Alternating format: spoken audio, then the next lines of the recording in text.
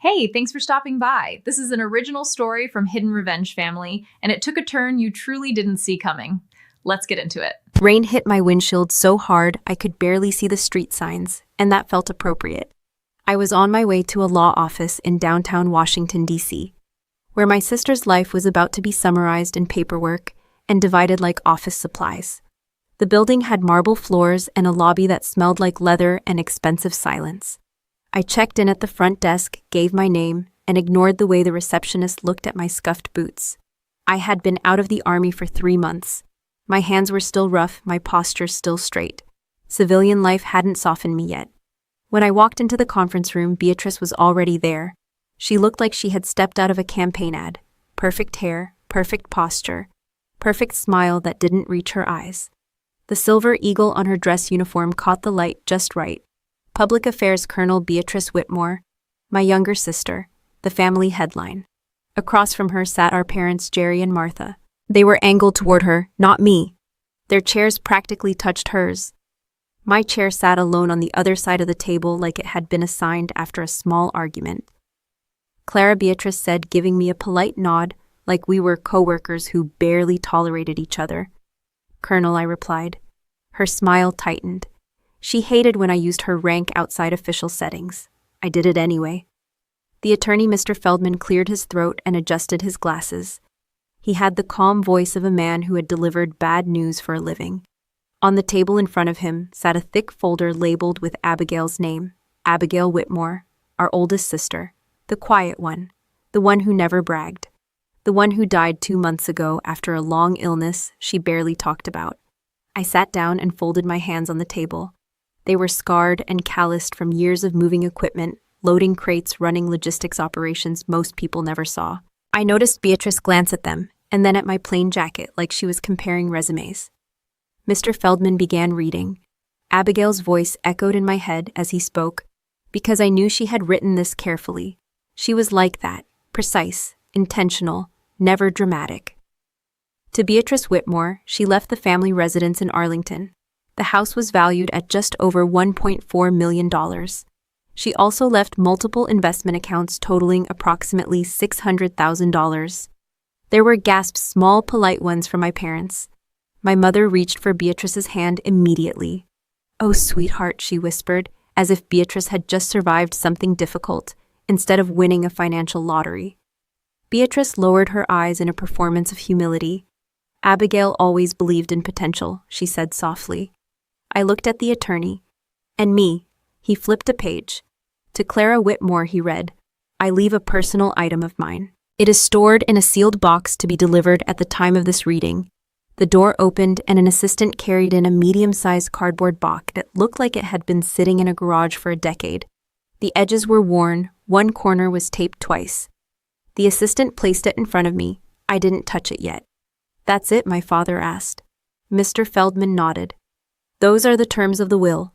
The room felt smaller, not because of the space, but because of the silence. Beatrice let out a short laugh before she could stop herself. "I'm sorry," she said, though she didn't sound sorry. That's very Abigail." I finally pulled the box toward me and opened it. Inside was a folded Army service uniform, old style, the kind issued over a decade ago. The fabric was dusty and the name tape read A. Whitmore. I stared at it. It wasn't dress blues, it wasn't decorated with medals, it was a standard operational uniform, the kind you wear when nobody is watching. My mother leaned back in her chair. "Well," she said carefully, "that seems symbolic." "Symbolic of what?" I asked. Beatrice crossed her legs. "Of realism." I looked up at her. "You were always practical, Clara," she continued. "Abigail knew that. You don't care about money or assets. You were content doing paperwork in supply rooms while the rest of us aimed higher." I kept my face neutral. In the Army, I had learned that silence can make people uncomfortable. I let it work. "I managed logistics for 3 joint operations," I said evenly, "including overseas deployments." "Yes," she replied, smiling. "Spreadsheets in a camouflage uniform." My father chuckled.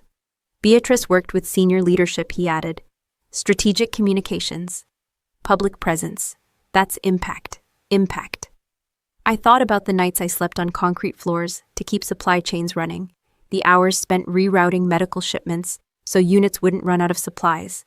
No cameras, No press briefings, just work that had to get done.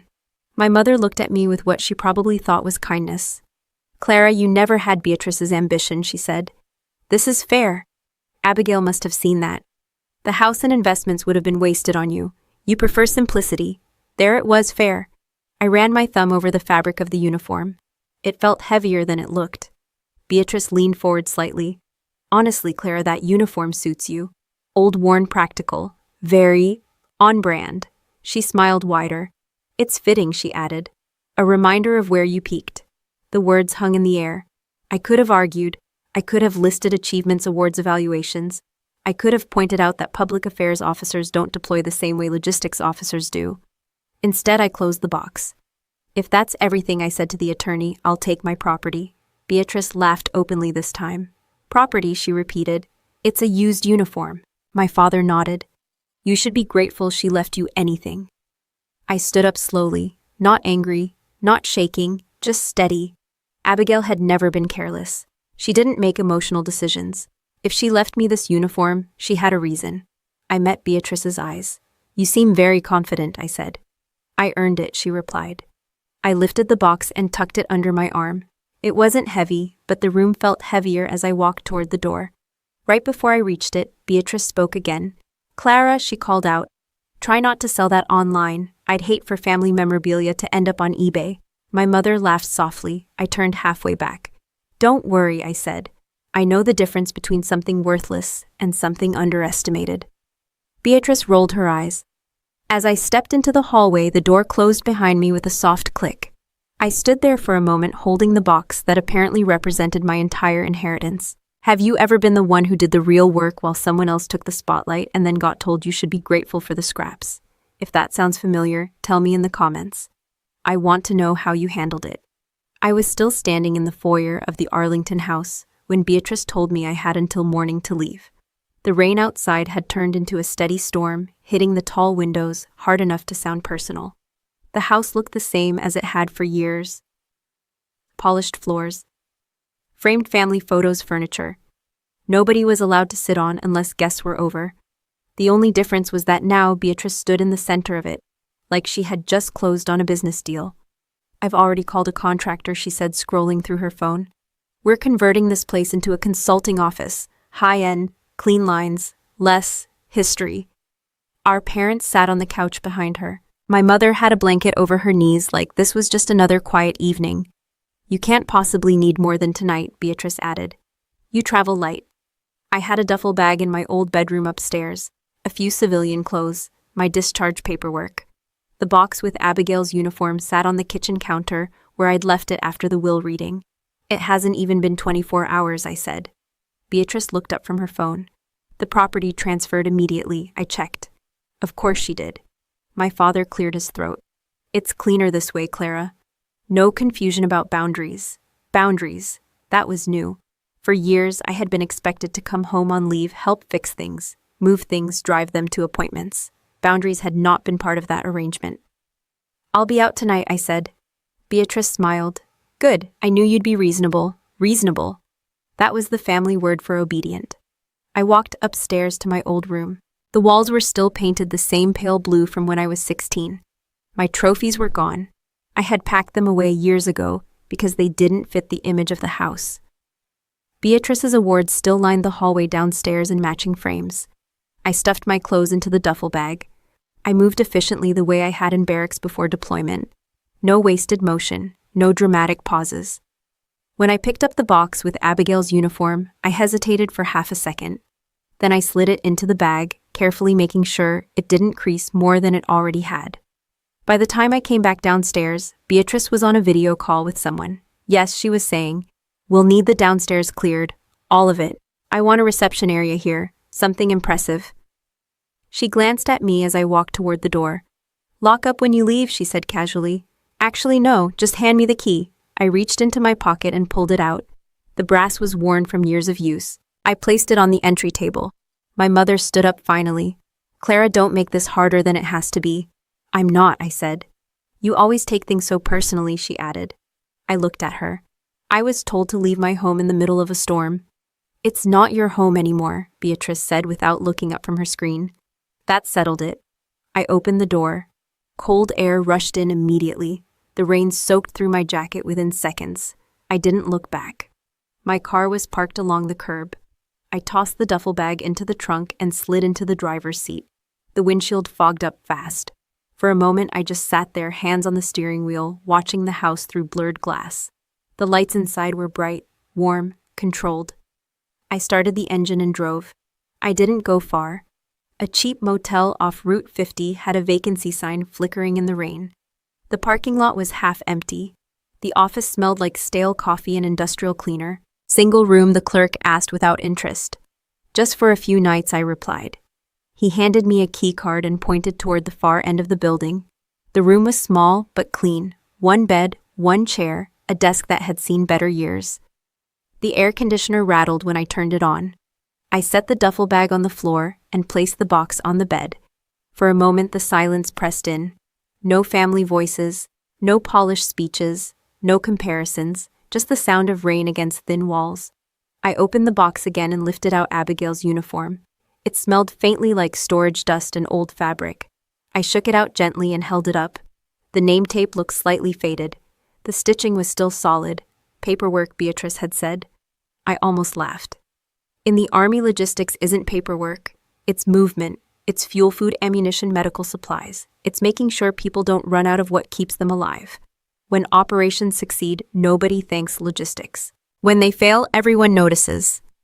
I remembered my first deployment briefing. Beatrice had been praised in a family group chat that same week for appearing on a news segment. My father had sent screenshots. My mother had added heart emojis. Nobody had asked where I was shipping out. I took a hanger from the closet and draped the uniform over it. In the mirror above the desk, I caught my reflection. Hair damp from rain, jaw tight, eyes tired but steady. They called me unambitious. But I had turned down a promotion once because it would have moved me into a desk job stateside. I had chosen field work instead. Chosen responsibility over visibility. That wasn't lack of ambition. That was choosing impact over applause. I stepped closer to the uniform to smooth out a fold near the collar. That's when I felt it. A slight bump along the inside lining near the left side seam. I paused. I ran my fingers along it again. Definitely uneven. Not part of the standard stitching. Abigail had been meticulous. She wouldn't have left something half done. I turned the uniform inside out carefully. The interior lining looked normal at first glance. Same fabric, same color, but along one seam, the thread was a slightly different shade. Barely noticeable unless you were looking for it. I pressed against the fabric again. There was something thin and solid between the layers. Not bulky, not metallic enough to feel like a coin. My heartbeat slowed instead of speeding up. That was training. When something doesn't make sense, you don't panic. You assess. I set the uniform flat on the bed and studied the stitching. Abigail had left me this. Not money, not property. This, and she had never done anything by accident. Outside, thunder rolled across the sky. I reached into my toiletry kit and pulled out a small pair of folding scissors. I held them over the seam but didn't cut yet. If something was hidden inside, it had been sewn there deliberately. That meant it mattered. I exhaled slowly, then I made the first careful cut. I slid the scissors under the altered seam and made a second careful cut. The thread came loose easily, like it had been stitched by someone who knew exactly how much tension to use. I widened the opening just enough to reach 2 fingers inside. Something flat pressed against my knuckles. I pulled it out slowly. It wasn't cash, it wasn't jewelry, it wasn't a handwritten letter full of final words. It was a challenge coin. Matte black. No unit name, no motto, just a subtle insignia etched into the center, an eagle with its wings angled downward instead of spread wide. The edges were worn smooth, but the face looked untouched. I flipped it over. Embedded into the back was a small circular insert. Not decorative, functional. A thin metallic disc with a barely visible port the size of a pinhead. I stared at it. Abigail didn't collect random souvenirs. And she definitely didn't modify them. I ran my thumb over the insert again. It wasn't glued on. It was machined into the coin. That meant it had been built this way. A microchip. I had worked around enough secure logistics systems to recognize the design. Not consumer grade. Not something you order online. This was integrated, intentional, and probably encrypted. I set the coin on the desk and sat back in the chair. The neon sign outside flickered through the thin curtains, casting inconsistent light across the room. Red, dark, red again. "Okay, Abigail," I muttered. "What were you really doing?" Officially, she had worked in administrative support for years. A quiet position, no headlines, no medals displayed in the hallway. That's what we were told. But this wasn't administrative support. I picked up the coin again and held it closer to the desk lamp. No serial number, no branch identifier, no public insignia. That alone was a statement. There are units in the military that don't advertise themselves. You don't find their logos on t-shirts. You don't post about them online. You don't even say their names casually. Beatrice would have known that. Which meant if she knew this coin existed, she would want it. A knock hit the motel wall next to my room. Loud, sudden. I froze for half a second, then stood and moved to the window without turning on any additional lights. I lifted the edge of the curtain just enough to see the parking lot. A black SUV idled near the far corner, engine running, headlights off. I narrowed my eyes. The driver's door opened. Grant stepped out. He looked exactly like a defense contractor who enjoyed telling people he was a defense contractor. Clean cut, confident posture, expensive jacket that probably cost more than my monthly base pay used to be. He pretended to check his phone while scanning the row of motel doors. He wasn't staying here. He was looking for me. I let the curtain fall back into place and stepped away from the window. So that didn't take long.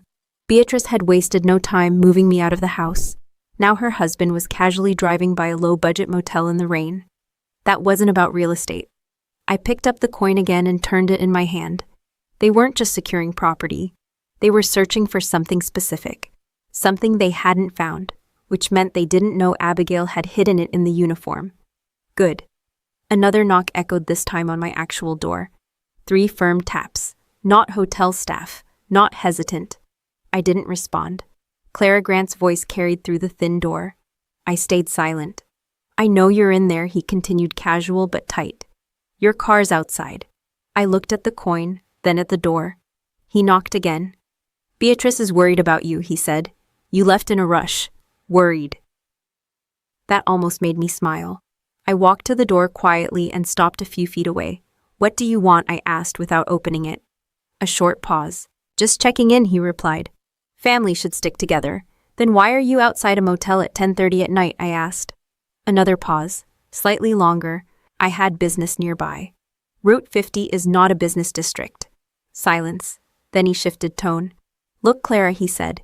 "If there's anything from Abigail that you're not sure about, any documents, any storage keys, we should go through them properly, for legal reasons." There it was, not grief, not concern, inventory. "I received exactly what was stated in the will," I said evenly. "And that was," he asked.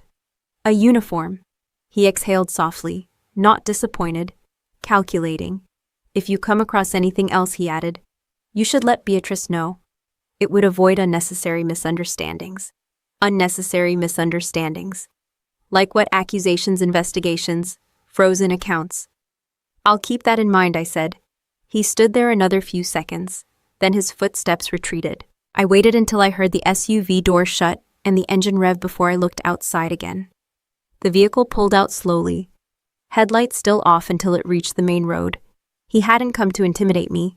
He had come to confirm whether I had something, which meant they were missing it. I locked the deadbolt and sat back down at the desk. I pulled my laptop out of my bag and set it beside the coin. I didn't have the tools to access whatever chip was embedded in it, not here, not in a motel room, but I didn't need to access it yet. I needed to understand why they were this nervous. Grant worked in private military contracting. He dealt with procurement, overseas logistics, subcontracting. He had access to large budgets and even larger opportunities. If Abigail had been involved in something sensitive, something tied to funding or operational networks, a physical token like this coin could be an authentication device, not symbolic, functional. I turned it over again and examined the insignia more closely. The eagle wasn't decorative, it was precise, minimalist, almost anonymous, no name, no motto, no branch. That kind of design isn't about pride, it's about discretion. I leaned back and let the pieces settle. Beatrice had been confident during the will reading, too confident. She didn't act like someone who had just been surprised by an inheritance. She acted like someone who had expected it, which meant she had likely seen an earlier draft, or influenced something, or accessed information she shouldn't have. But if she had known about this coin, she would have taken the uniform apart herself. She hadn't. That told me two things. One, Abigail trusted me with something she didn't trust anyone else with. Two, Beatrice and Grant were searching blind. I looked around the small motel room, the flickering neon light, the thin walls, the outdated furniture. They thought I was alone and outmatched. They thought I had been handed a symbolic consolation prize. But they were circling a motel in the rain because they knew something valuable was missing. And now it was sitting in my hand. This wasn't about a house. It wasn't about investments. It was about whatever Abigail had protected long enough to sew into a uniform. And if Grant was already watching parking lots, that meant the clock had started. I drove to the public library as soon as it opened and brought the coin with me in my jacket pocket. If Grant was watching motels, he wasn't expecting me to sit under fluorescent lights between a row of retirees and a college kid writing a term paper. The DC Public Library wasn't glamorous, but it had stable internet private study rooms and zero emotional history. I signed in for a small study room and locked the door behind me. The coin sat on the table in front of me. I had stopped by an electronics store on the way and bought a universal USB reader kit. It wasn't military grade, but the port on the coin looked adaptable. If the chip was encrypted, I'd at least see the structure. I connected the smallest adapter and plugged it into my laptop. For a second, nothing happened. Then a secure drive prompt appeared. No label, no visible directory, just a request for authentication. I stared at it. Abigail wouldn't have left something I couldn't open. She knew my background. She knew I understood secure access protocols. I examined the coin again and noticed something I had missed in the motel light. Along the rim were tiny engraved numbers. Not decorative, sequential. I typed them in as the access key. The drive opened instantly. Inside were 3 folders. OPS Trust, Logs. I exhaled slowly. I opened OPS first. What I saw erased every version of Abigail our family had ever described. She wasn't an administrative assistant. She wasn't a quiet paper pusher. She was listed as Logistics Director, Special Operations Support Network. The files were detailed but structured efficiently. Supply chain routes for classified deployments, emergency contingency funding transfers, equipment staging across multiple states and overseas locations. Names were redacted, but the pattern was clear. She hadn't been in the spotlight because her job wasn't to be seen. She had been coordinating behind the curtain. I scrolled through operation summaries, each one linked to successful missions that had made national headlines years ago, the kind Beatrice had proudly referenced during press briefings. Abigail had made those missions possible. Without her network, none of them would have moved. I leaned back in the chair. My entire life, my family had treated visibility as value. If it wasn't televised, it didn't count. If it didn't come with applause, it wasn't important. Abigail had built an invisible infrastructure, and she had done it quietly. I opened the second folder, Trust. A legal document appeared on screen, Private Military Security Trust, registered under a discrete holding entity. Total fund value $2,013,847.62. $2 million, not inheritance money, operational reserve funds. The document outlined access conditions. The trust was activated only through biometric confirmation paired with possession of an authentication token. The token's ID matched the serial signature embedded in the coin. The coin wasn't symbolic, it was the key. I kept reading. In the event of Abigail Whitmore's incapacitation or death, trusteeship would transfer to the designated successor, Clara Whitmore. I stopped. Not Beatrice, not our parents, me. Abigail had filed this years ago, long before she got sick. She hadn't left me scraps. She had left me authority. The final folder sat there quietly. Logs. I opened it. A spreadsheet appeared with transaction histories. Clean, organized, time-stamped. My eyes moved automatically, scanning patterns the way I used to scan supply manifests before deployment. You don't read every line. You look for irregularities. There. 6 months ago, a series of transfers. Large amounts. $150,000, $80,000, $120,000. Authorized under Abigail's credentials. But something was wrong. The timestamps. The first transfer occurred on a date I knew well. It was the week Abigail had been admitted to the hospital's intensive care unit. I had visited her that Tuesday. She had been weak, barely able to speak clearly. She wasn't logging into secure trust accounts. I cross-referenced the login IP addresses attached to the entries. All domestic, all routed through a private network registered to a contracting firm. I recognized the company name instantly. Grant Defense Solutions, LLC. My jaw tightened. I kept scrolling. Over the next 3 months, more transfers. Not enough to drain the fund entirely, but enough to siphon substantial amounts. Always under Abigail's credentials. Always routed through the same corporate entity. I checked the signature verification logs attached to each transaction. Digital authorization, with an encrypted override. The override key matched a secondary admin profile. Beatrice Whitmore. I stared at the screen. Beatrice didn't just inherit a house. She and Grant had been draining money from a private operational trust, while Abigail was hospitalized, while she was dying. I pulled up the hospital admission records I still had saved in my email. Dates aligned perfectly. Every major withdrawal corresponded to a period when Abigail had been sedated or under heavy medication. They hadn't just taken advantage of paperwork. They had exploited a sick woman. I closed my eyes for a moment and forced myself to breathe evenly. Anger is loud. Strategy is quiet. I opened a new document and began copying the relevant transaction logs into an encrypted external drive. Dates, amounts, IP traces, admin overrides. I labeled everything carefully. In logistics, documentation is power. If you can prove the chain of movement, you control the narrative. When I finished, I disconnected the coin and removed the adapter. The study room felt smaller now, but not because I was overwhelmed. Because I understood the scale. Abigail hadn't been small. She had been operating at a level my family would never have respected, because it didn't come with a microphone. Beatrice and Grant hadn't just wanted the house. They had been looking for this. The coin was the only physical proof of trusteeship. Without it, the trust would remain partially accessible through admin credentials. With it, I had full authority, and I had evidence of fraud. I slid the coin back into my pocket and shut down the laptop. Grant hadn't been checking on me out of concern. He had been checking to see whether I had found what they were missing.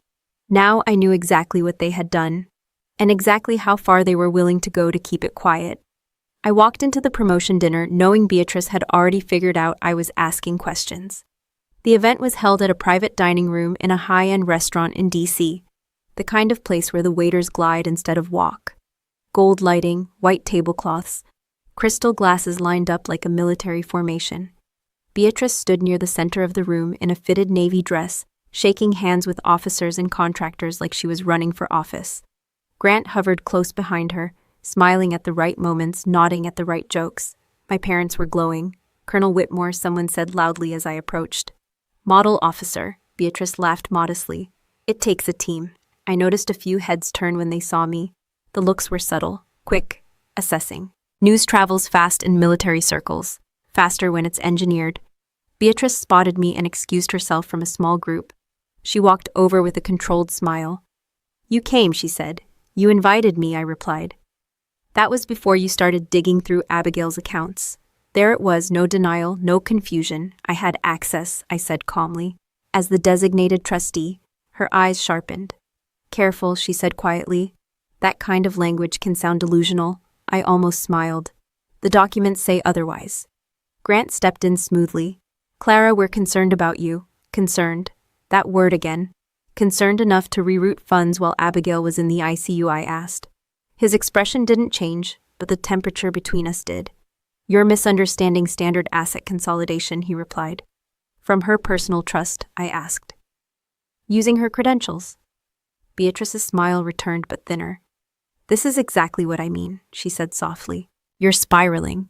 Within minutes, I understood the room dynamic. Conversations would pause when I approached. One retired major gave me a sympathetic look and asked if I was doing okay since the discharge. Another officer mentioned hearing that I had been struggling. That was new. I excused myself and stepped into the hallway near the restrooms. I pulled out my phone and checked my email. 3 missed calls from a former logistics colleague. One message read, Hey, heard some rumors. Call me. I called him immediately. Clara? He answered, lowering his voice. Is everything all right? Define. All right, I said. There's talk that you removed items from Abigail's estate that weren't assigned to you, he said carefully. And that you've been unstable. I leaned against the wall. Unstable how PTSD related. Obsessive behavior. Accusations against family members. I exhaled slowly.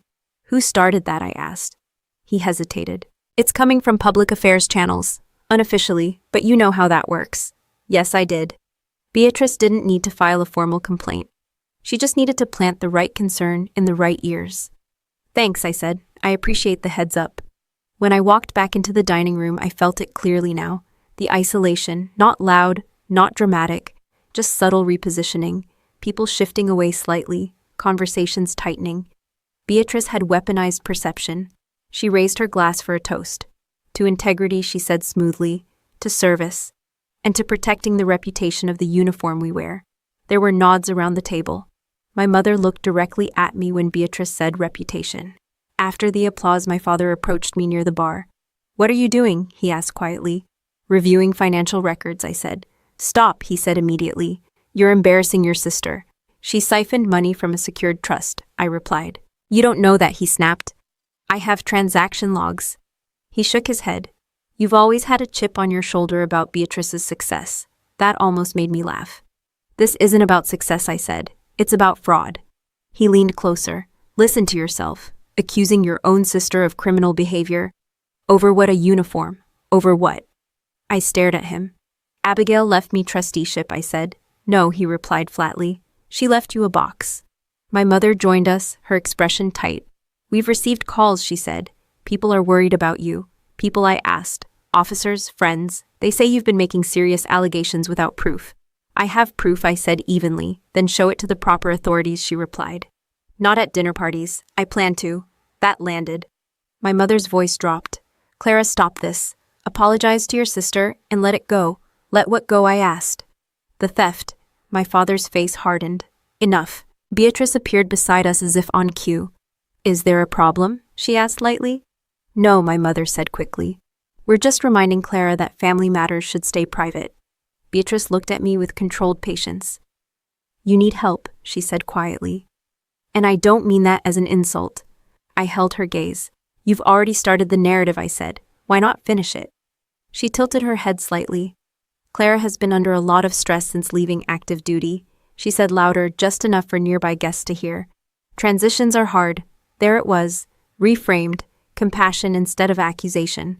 It was almost impressive.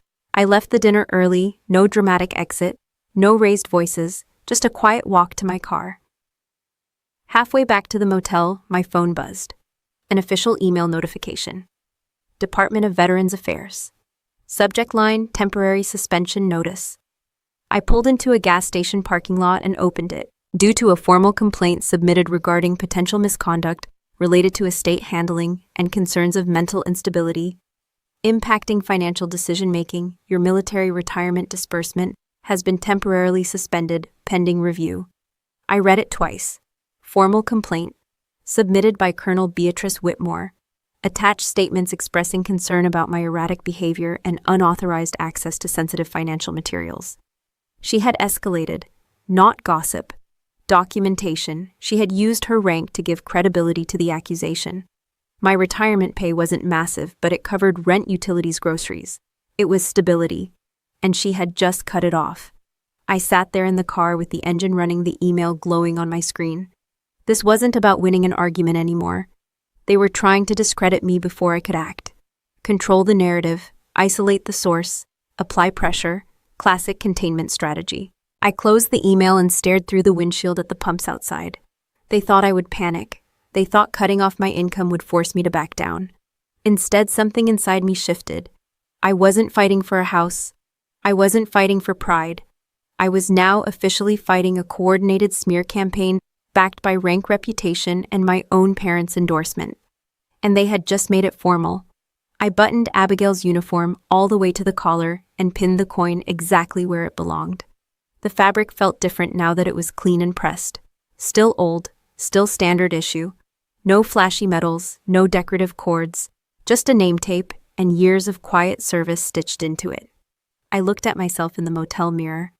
If Beatrice was going to frame me as unstable, I wasn't going to show up defensive. I was going to show up precise.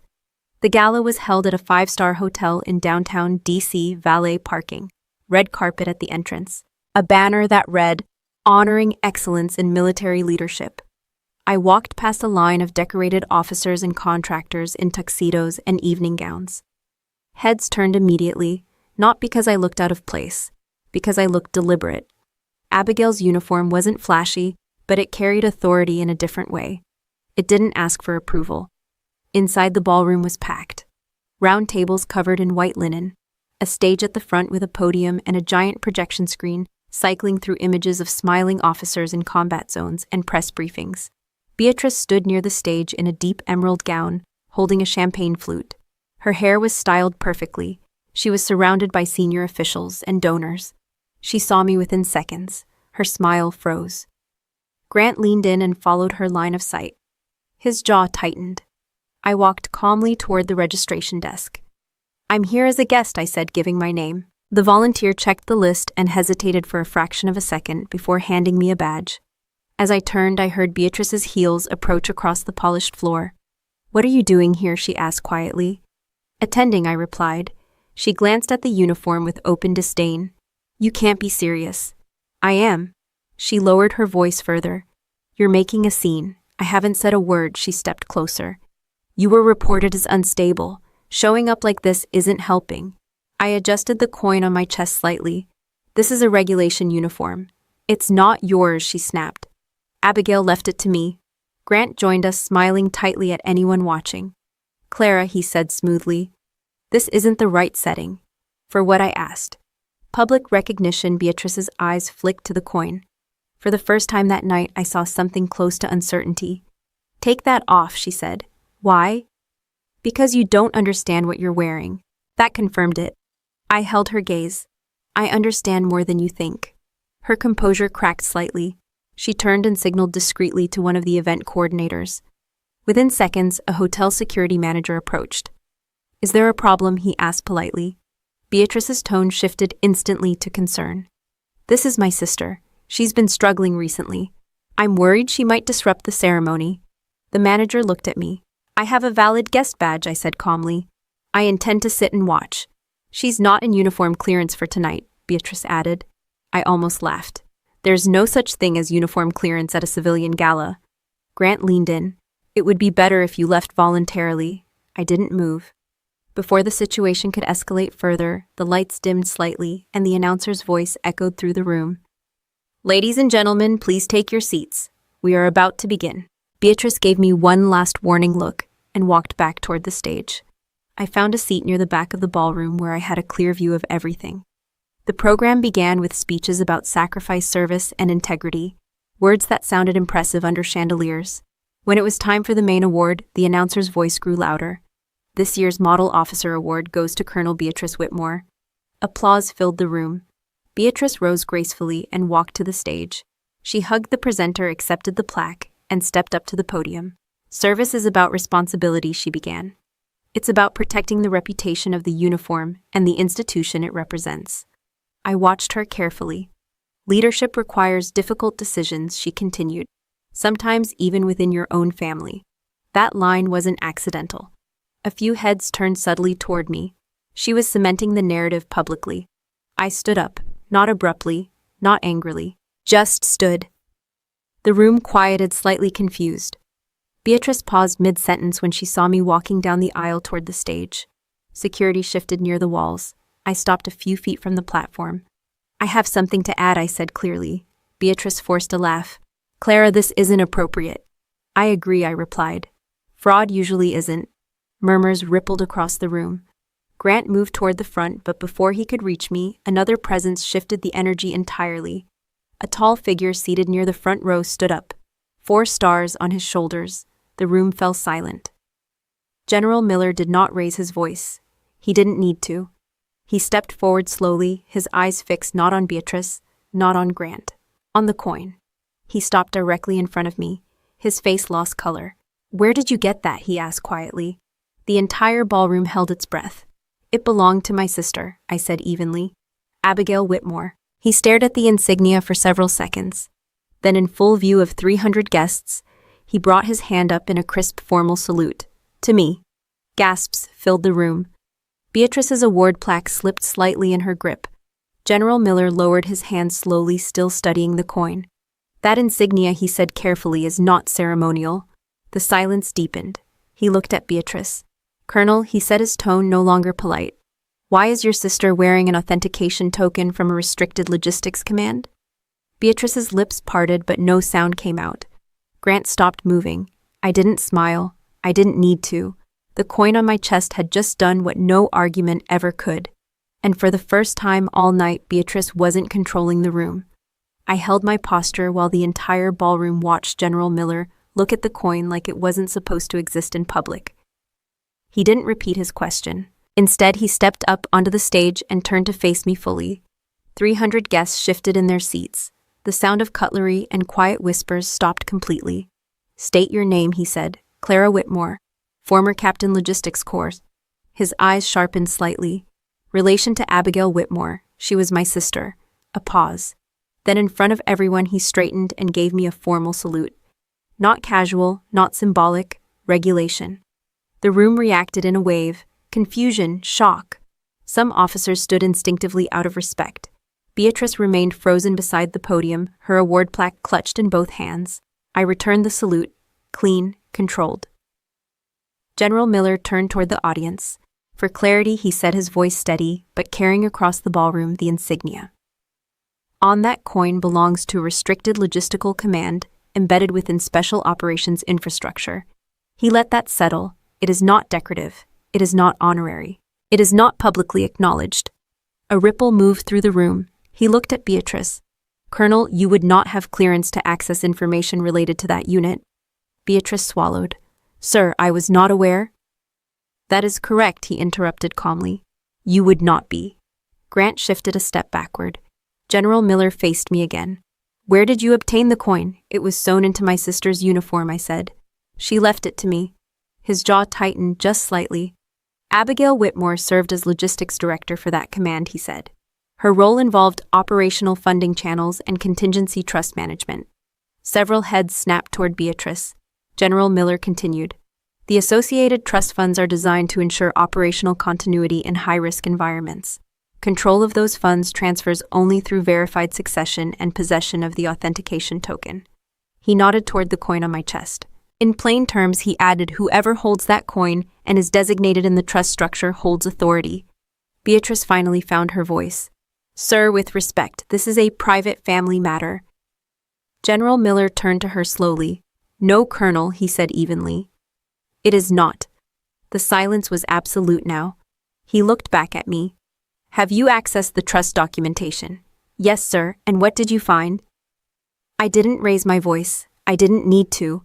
I found a series of unauthorized transfers executed under Abigail Whitmore's credentials while she was hospitalized in intensive care. Gasps broke out openly this time. Beatrice stepped forward quickly. That is an outrageous accusation. I reached into the inner pocket of the uniform and pulled out a slim, encrypted drive. I brought copies, I said. Grant moved instantly. This is inappropriate, stop. General Miller said without raising his voice. Grant stopped. I handed the drive to one of the aides standing near the stage. Transaction logs, IP trace reports, administrative override records. Dates correspond to hospital sedation periods. General Miller nodded to the aide who stepped aside to access a secure tablet. Beatrice looked at me like she couldn't decide whether to attack or deny. You're misinterpreting operational reallocations, she said. Abigail authorized asset consolidation before her condition worsened. She was under heavy sedation when the first transfer was initiated, I replied. I was in the room that week. My parents were standing now. Clara, stop this, my mother said from the front table. You're humiliating your sister. I looked at her. She humiliated herself, I said calmly. General Miller's aide approached and whispered something in his ear while showing him the tablet screen. I watched the general's expression shift from controlled to cold. He took the tablet and reviewed the data himself. Colonel Whitmore, he said. After a moment, why do these transfers route through a private contracting entity connected to your husband? Grant's face drained of color. Beatrice opened her mouth, then closed it again. These funds were redirected for strategic efficiency, she said finally. There was no malicious intent. Using encrypted override access tied to your credentials, General Miller asked. Silence. And during a period when Director Whitmore was medically incapacitated, he continued. Beatrice looked toward our parents like they could shield her. My father stepped forward. Sir, this is a misunderstanding. Our daughters are grieving. This is not about grief, General Miller said sharply. He looked back at me. Captain Whitmore, former captain, I corrected quietly. He nodded once. Former Captain Whitmore, according to these records, you are listed as the designated successor trustee of the Operational Security Fund. Yes, sir. That designation predates Colonel Whitmore's promotion, he said, glancing at Beatrice. Beatrice's composure cracked. This is absurd, she snapped. I have served with distinction. My record speaks for itself. Your record is precisely why this concerns me, General Miller replied. The room felt smaller now, but not because of pressure, because the illusion had collapsed. I stepped slightly forward, keeping my tone steady. There's more, I said. I pulled out printed copies of a separate document. Abigail's estate transfer paperwork for the Arlington property, I explained. The signature verification date is listed as 2 days after she was placed under assisted ventilation. Beatrice's head turned sharply toward me. The hospital log confirmed she was not physically capable of signing documents at that time. I continued. Digital signature authentication shows an override from a device registered under Grant Defense Solutions. Grant whispered something under his breath. My mother looked like she might faint. General Miller took the papers from my hand. He reviewed them carefully. Colonel, he said, his voice flat. Now, did you authorize estate transfer documents under your sister's credentials while she was incapacitated? Beatrice's silence answered before she did. I acted in the best interest of the family, she said finally. I let out a quiet breath. There it is, I said. Not anger, not triumph, just clarity. The general handed the documents back to his aide. Security, he said, calmly to the hotel staff at the perimeter. Contact military police liaison immediately. The words landed heavier than any accusation. Grant stepped back fully now. Beatrice looked at me with something I hadn't seen before. Not superiority, not pity, fear. I didn't smile. I didn't gloat. I just stood there in Abigail's uniform, wearing the coin that proved what she had trusted me with. This wasn't about taking something from Beatrice. It was about restoring something she never understood. Authority doesn't come from applause. It comes from responsibility. I didn't move while military police officers walked into the ballroom. They didn't rush. They didn't create a scene. They approached General Miller, first received a short briefing, then turned toward Beatrice and Grant. Colonel Whitmore, one of the MPs, said calmly, You'll need to come with us for questioning. The word questioning was polite. The tone was not optional. Beatrice looked around the room as if someone might intervene. No one did. Grant attempted one last controlled smile. This is unnecessary. We can resolve this privately. You can explain that in the interview room, the MP replied. They were escorted out through a side exit, not handcuffed, not yet, but clearly no longer in control. 300 guests watched in silence as the model officer left her own award ceremony under investigation. My parents stood frozen near the front table. When the doors closed behind Beatrice and Grant, the room slowly exhaled. Conversation started again, but quieter, controlled. People checking phones, messaging, verifying. General Miller turned to me. Remain available, he said. You will likely be contacted for formal statements. I understand, sir. He gave one short nod and walked away to speak with other senior officials. I stepped off the stage. My mother reached me first. Clara, she said, grabbing my arm. You've gone too far. I looked down at her hand until she released it. She forged documents, I said. She was protecting the family, my father insisted. Abigail was dying. Things needed to be handled. By draining her trust and transferring property, I asked. You're making it sound criminal, he snapped. It is criminal. My mother's voice trembled. We didn't know about the funds. We thought Beatrice was handling everything responsibly. You didn't ask, I replied. They exchanged a glance. We only ever wanted what was best for you, my mother said quickly. We supported Beatrice because she was stable, predictable, and I wasn't, I asked. You've always challenged things, my father said. You question authority, I almost laughed. That's called due diligence, I said. My mother lowered her voice. You've made powerful enemies tonight. No, I replied. They made mistakes. I left the hotel without drama. The rain had stopped. The air felt clearer than it had in days. The next morning, I sat in a military police interview room. Neutral walls, metal table, recording device in plain view. I answered every question directly. Yes, I accessed the trust through the authentication token. Yes, I preserved digital logs. Yes, I confirmed hospital incapacitation dates. I provided copies of everything. They already had most of it from the drive I handed over at the gala. I just filled in context.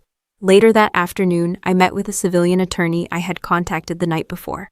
Former JAG, precise, unimpressed by rank. He reviewed the documentation quickly. "This is clean," he said. "You documented chain of custody properly." "I learned from the best," I replied. He nodded slightly. "We'll file for immediate injunction on the Arlington property," he said. "Given the forged signature timeline, the transfer is legally voidable." "And the trust?" I asked. "You're the designated successor trustee," he said. "Once military police confirmed the fraud, we moved to freeze all associated accounts connected to the unauthorized transfers." I leaned back in the chair. Beatrice had built her reputation on perception, on carefully crafted narratives, on smiling at the right cameras. None of that mattered inside a legal filing. By evening, I received confirmation. Military police had opened a formal investigation into financial misconduct and abuse of authority. Grant's company accounts were under preliminary review. The next step came faster than even I expected. 2 days later, my attorney and I stood in a federal clerk's office finalizing the emergency petition. The judge signed the order. Temporary seizure of the Arlington property pending fraud adjudication. Immediate freeze on Beatrice Whitmore's personal accounts and any assets tied to the contested estate transfer. Asset preservation for restitution to the operational trust. The language was clinical, direct. Justice doesn't shout. It files paperwork. When the official notice was delivered, I was present at the house. Beatrice wasn't. Grant wasn't. My parents were. They looked smaller standing in the foyer than they ever had before. "What does this mean?" my mother asked as the process server handed over the documents. "It means the property reverts to the estate until the court resolves the fraud," I said. My father read the first page twice. "They're freezing Beatrice's accounts," he whispered. "Yes, she'll lose everything," my mother said. "She redirected funds that weren't hers," I replied evenly. "This is restitution." My father looked at me with something between anger and disbelief. "You would do this to your own sister." I held his gaze. "She did it to herself." Silence filled the entryway, the same entryway where they told me to leave in the rain. My mother stepped closer. "We were wrong," she said quickly. "We shouldn't have believed the rumors. We shouldn't have cut off your calls." "You blocked my number," I said. Her eyes filled with tears. "We thought you were unstable," she whispered. "Beatrice said you were spiraling." "I was investigating." My father lowered himself into a chair. "All these years," he said quietly, "we thought Beatrice was the strong one." I didn't respond. Strength isn't volume, it's endurance. The movers hired by the court arrived shortly after to inventory high-value items for asset review. Art, jewelry, documents. I walked through the house once more. Same floors, same walls, different ownership. This time, no one asked me to leave. When I stepped back onto the porch, my attorney handed me a copy of the injunction order. "It's official," he said. "She no longer controls the property. And once the forensic audit finalizes, restitution payments to the trust will begin." I folded the document carefully. Inside the house, my parents sat quietly absorbing a reality they never expected. Beatrice had been the star. Stars look impressive from a distance. Up close, they burn out fast when their fuel runs out.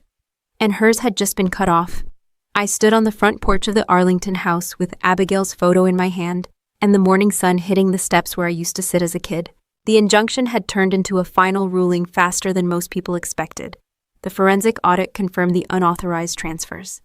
Digital overrides traced directly to Beatrice's credentials, routing paths tied to Grant's company.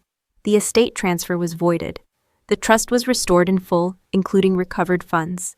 Beatrice accepted a plea agreement. Reduced charges in exchange for full restitution and resignation. She lost her commission. No more rank. No more ceremonies. No more podium speeches about integrity. Grant's contracting licenses were suspended pending further federal review. His company dissolved within months.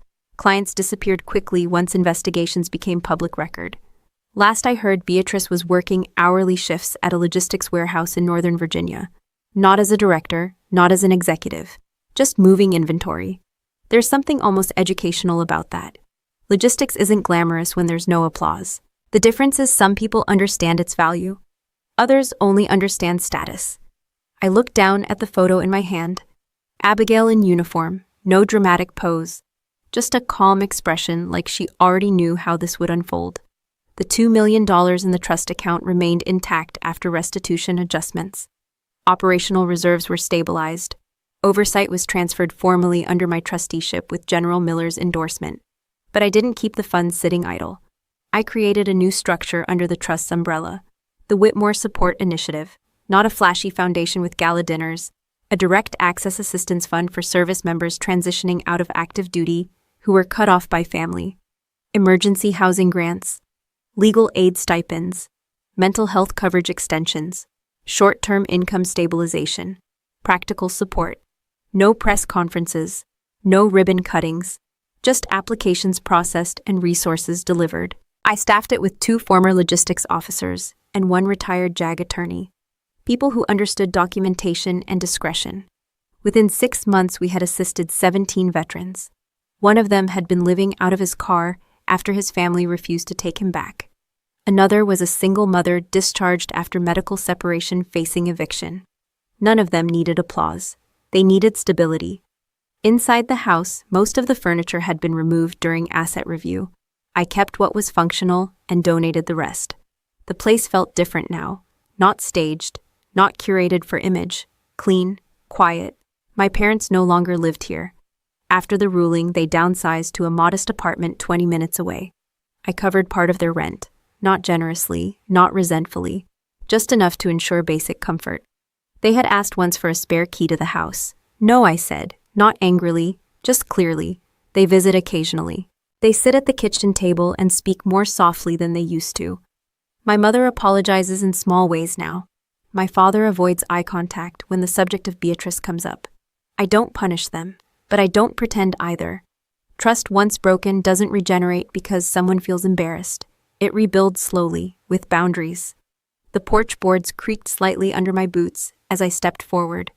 I pinned Abigail's coin to the inside of the door frame months ago, not visible from the street, not displayed like a trophy, just there, a reminder. General Miller called once after everything settled. You handled this professionally, he said. I handled it thoroughly, I replied. He gave a short laugh. Your sister underestimated you. She underestimated Abigail, I said. That was the truth. Beatrice believed influence came from visibility, from how many people applauded when you entered a room.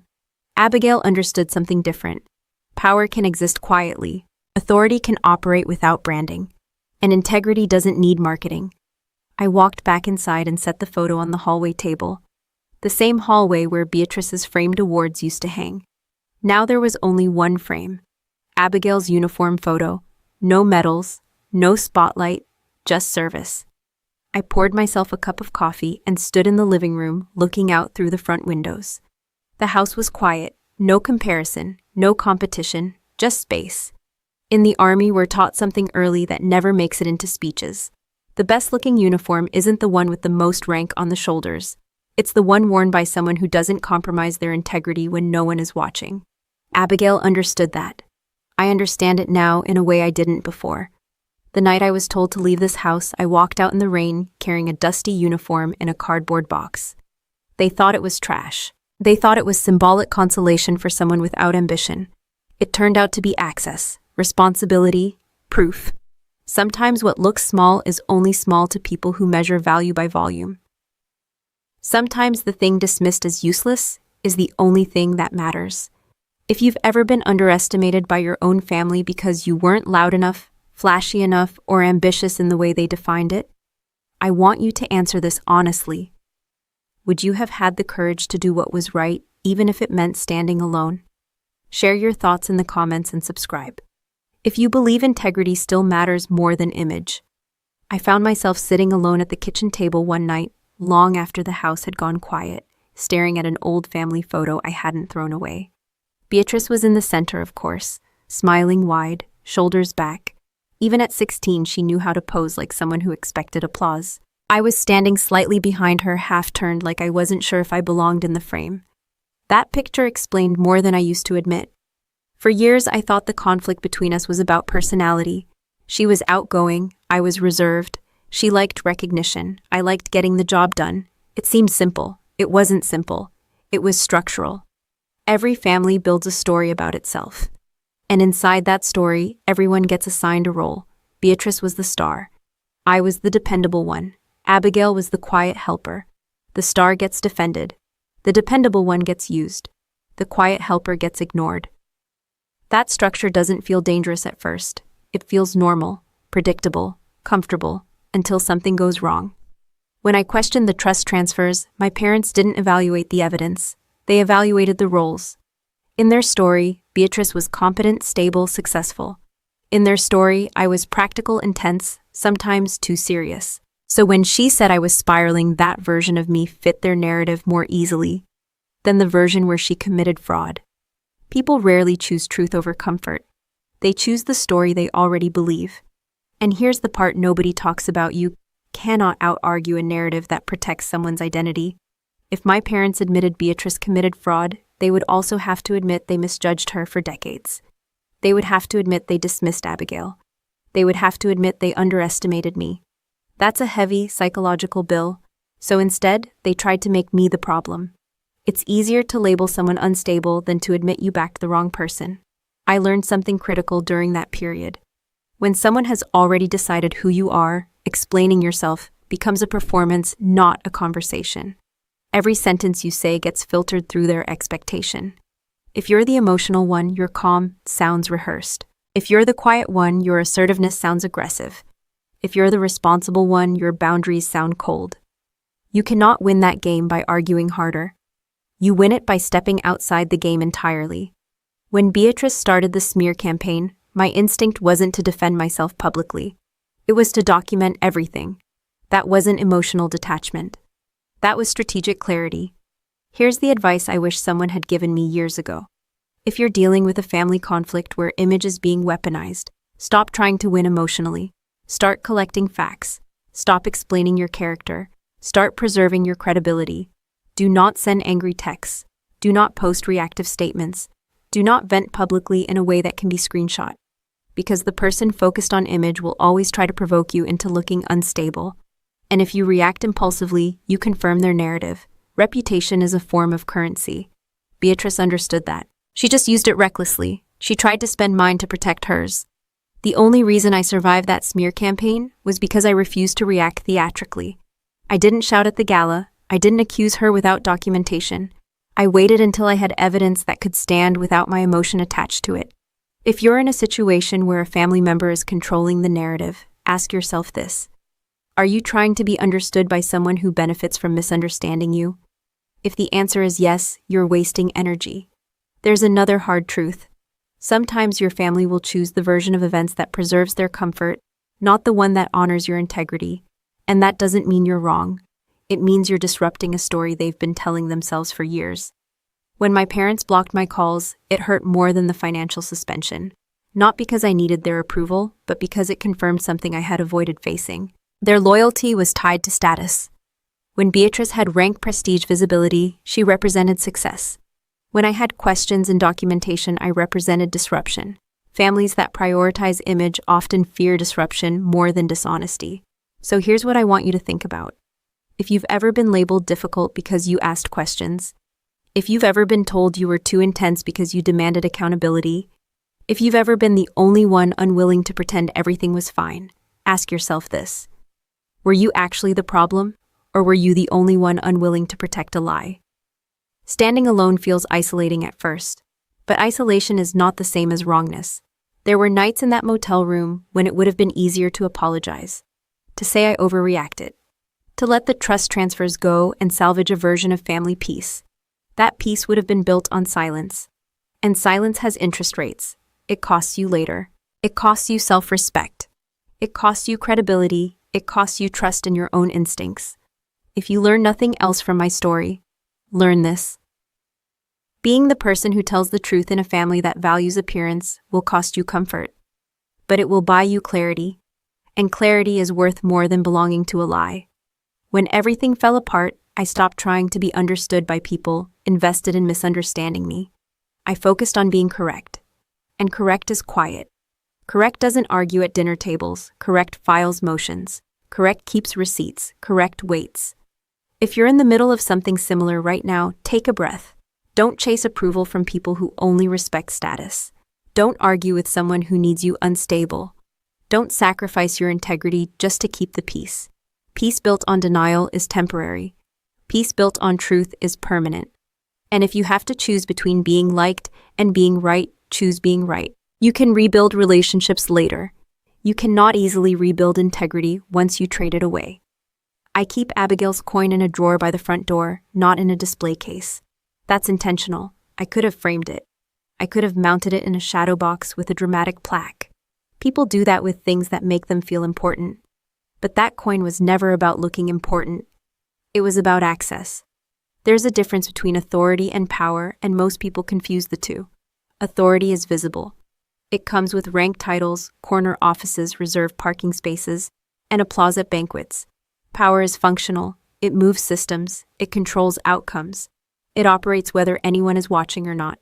Beatrice had authority. She had the rank, the podium, the interviews, the award nights. When she walked into a room, people stood straighter.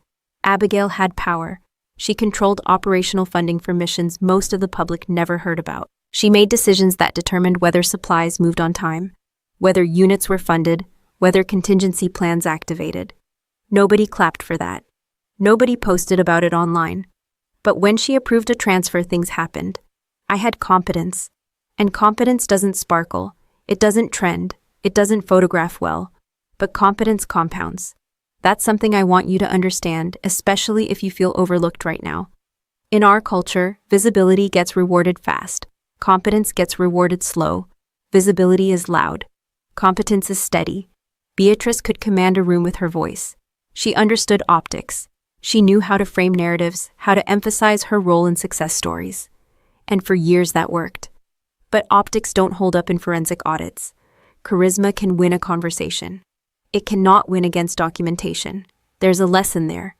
If you're building your life around applause, your stability depends on other people's reactions. If you're building your life around skill, your stability depends on what you can actually do. One disappears the moment perception shifts. The other survives scrutiny. When the investigation started, Beatrice tried to lean on her record.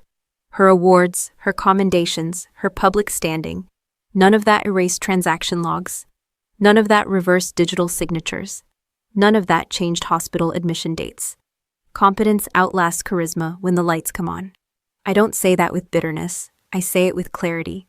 I used to resent how easily Beatrice moved through rooms, how naturally she absorbed attention, how often people assumed she was the more capable one because she sounded confident. But confidence and capability are not the same thing. Confidence is a presentation skill. Capability is a performance metric. You can develop both. But if you only develop the first, you eventually get exposed. Let me ask you something. Are you spending more time polishing your image than sharpening your skills? Because image has diminishing returns. Skill has compound interest. When I was in logistics, nobody celebrated supply chain optimization. Nobody threw banquets for contingency routing plans. But when something broke, guess who they called the quiet team in the background? The ones who knew how to fix it. In your own life, you might be that person. The one who handles problems while someone else takes credit. The one who works late while someone else gives the presentation. The one who builds structure while someone else decorates it. It's frustrating, I know. There were nights I wondered if I should have moved into a more visible role. If I should have chased a position that came with more public recognition. But here's the truth. When the crisis came, my skills were portable. Beatrice's image was not. When my retirement pay was suspended, I didn't panic because I knew how to analyze systems. I knew how to document. I knew how to build a case. When she tried to isolate me socially, I didn't collapse because my sense of value wasn't tied to the room's approval. That's quiet power. It doesn't announce itself. It doesn't demand validation. It just works. And when tested, it holds. If you're in a season where someone else is being celebrated while you're doing the groundwork, don't assume you're losing. You might be building something that doesn't show up until it matters. Here's something else I learned. Authority can be taken away. Rank can be stripped. Titles can disappear overnight. Beatrice went from colonel to former colonel in a matter of months. The applause stopped. The invitations stopped. The phone calls slowed. because much of her network was built around proximity to status.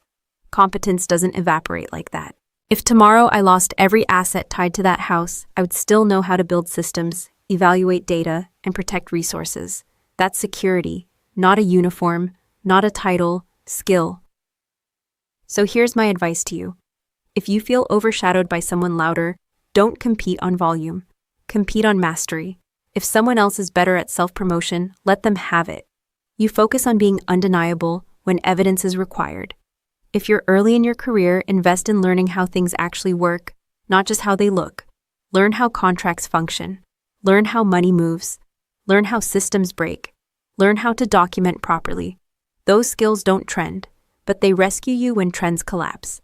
And one more thing, do not confuse being unseen with being unimportant. Abigail was unseen by the public. She was not unimportant.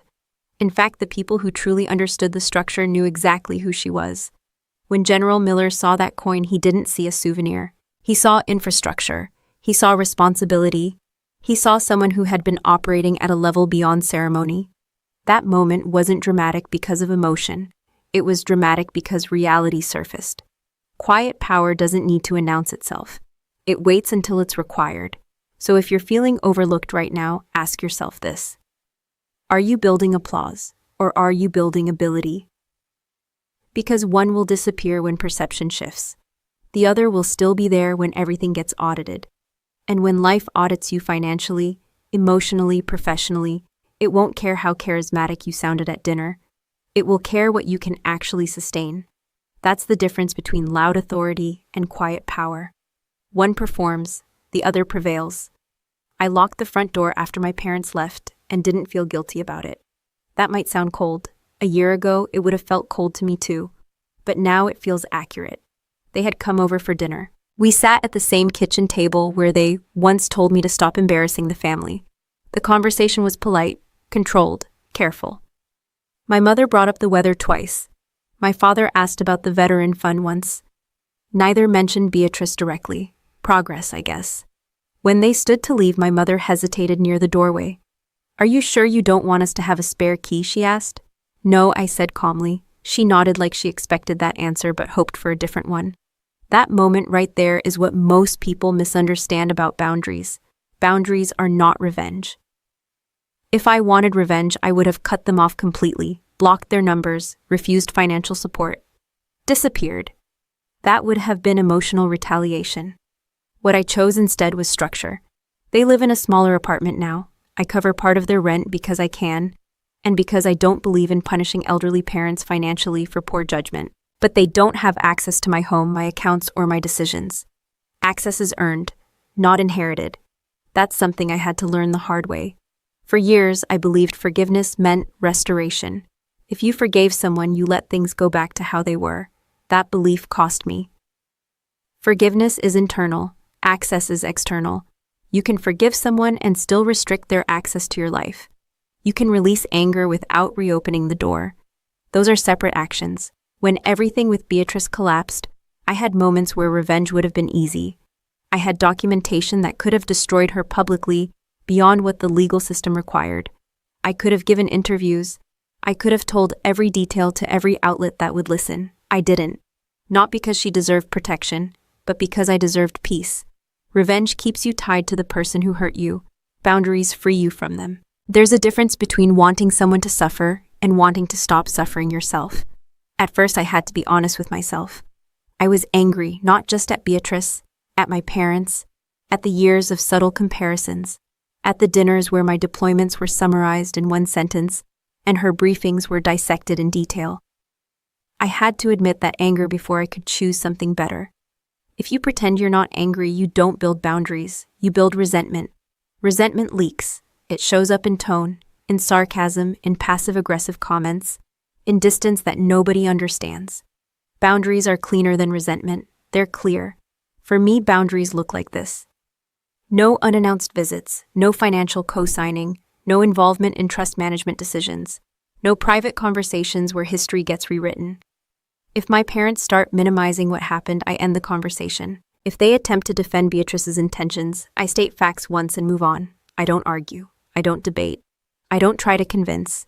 Because here's another truth, boundaries don't require agreement. They require enforcement. You don't need someone to understand your limit. You just need them to respect it. And if they don't, you reduce access further. That's not cruelty. That's maintenance. If you're struggling with family right now, ask yourself this. Are you maintaining peace or are you maintaining proximity? Those are different things. Some people keep access to family because distance feels like betrayal. They tolerate disrespect because they fear being labeled ungrateful. I used to think distance meant disloyalty. Now I understand distance can mean stability. You cannot heal in an environment that keeps reopening the wound. And here's something uncomfortable but necessary. Sometimes family members prefer the version of you that was easier to control. The agreeable one, the quiet one, the one who didn't push back. When you change, when you enforce limits, when you say no without apology, it disrupts their comfort. They might call you cold. They might say you've changed. They're right, you have. Growth looks like distance to people who benefited from your lack of boundaries. That doesn't make the growth wrong. I don't hate Beatrice. I don't sit around hoping she fails. I also don't feel responsible for rebuilding her life. She made decisions, consequences followed. That's not revenge. That's cause and effect. When I fund the Veteran Support Initiative, I do it without bitterness. When I send my parents rent assistance, I do it without resentment. But when I lock my door at night, I do it without guilt. And that balance took discipline. If you're building boundaries right now, here's practical advice. Write them down. Don't keep them vague in your head. Be specific. What behavior will you no longer tolerate? What access will you limit? What topics are no longer open for debate? Communicate once, clearly, calmly, then stop explaining. You are not required to re-justify your boundaries every time someone challenges them. And expect pushback. People accustomed to unlimited access rarely accept limits gracefully. Stay consistent. Consistency teaches people how to treat you. In the Army, we were taught that structure creates safety. The same is true in families. Chaos feels dramatic. Boundaries feel boring. Choose boring. Boring is stable. When I stand in this house now, I don't feel victorious. I feel steady. No more walking on emotional eggshells. No more competing for approval. No more negotiating my worth at the dinner table. Just structure. If you're in a place where you're deciding whether to set a boundary with someone who shares your last name, ask yourself this. Are you protecting the relationship? Or are you protecting your peace? Because sometimes the healthiest version of a relationship is one with a locked door and scheduled visits. And that's not revenge. That's responsibility. Final note. This story is a work of fiction, but the valuable lessons we discuss are entirely real and continue to happen to many people every day. If this style isn't for you, that's perfectly okay. Please feel free to look for other content that better suits your needs.